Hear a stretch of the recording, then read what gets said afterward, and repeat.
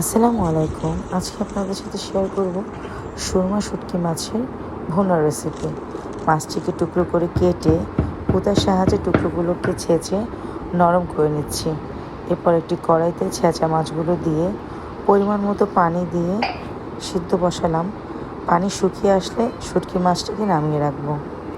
এরপর বিভিন্ন রকমের মশলা দিয়ে শুটকি মাছটিকে ভুনা করার পালা। একটি কড়াইতে পর্যাপ্ত পরিমাণ তেল দিয়ে তেল গরম হয়ে আসলে 1 বাটি পরিমাণ পেঁয়াজ কুচি তাতে দিয়ে দিব। পেঁয়াজটাকে ভালোভাবে নেড়েচেড়ে নরম হয়ে আসার পরে তার ভিতরে 1 চামচ পরিমাণ রসুন বাটা, 1 চামচ পরিমাণ আদা বাটা, একটি এলাচি, দারচিনি ও লবঙ্গ দিয়ে নেড়েচেড়ে সামান্য পরিমাণ লবণ দিব।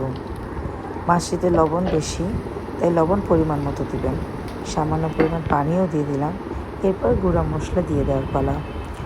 মরিচ গুঁড়ো, ধনিয়া গুঁড়ো, হলুদ গুঁড়ো দিয়ে নেড়েচেড়ে রসুন কুচি ও পানি দিয়ে কিছুক্ষণ কষলে তার ভিতরে ঝুরা মাছগুলো দিয়ে দিব। ঝুরা মাছগুলো দিয়ে দেওয়ার পরে ভালোভাবে মাছটি নেড়েচেড়ে মশলার সাথে মিশিয়ে ফেলব।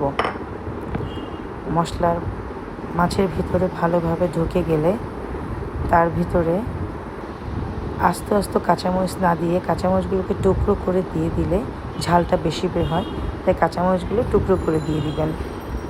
এরপর আস্তে আস্তে মাছের গায়ে গায়ে ঝোল লেগে আসবে। ঝোল শুকিয়ে আসলে ভাজা ভাজা করে এরপর পরিবেশন করে ফেলবেন সুরমা শুটকি মাছের মজাদার ভুনা রেসিপি।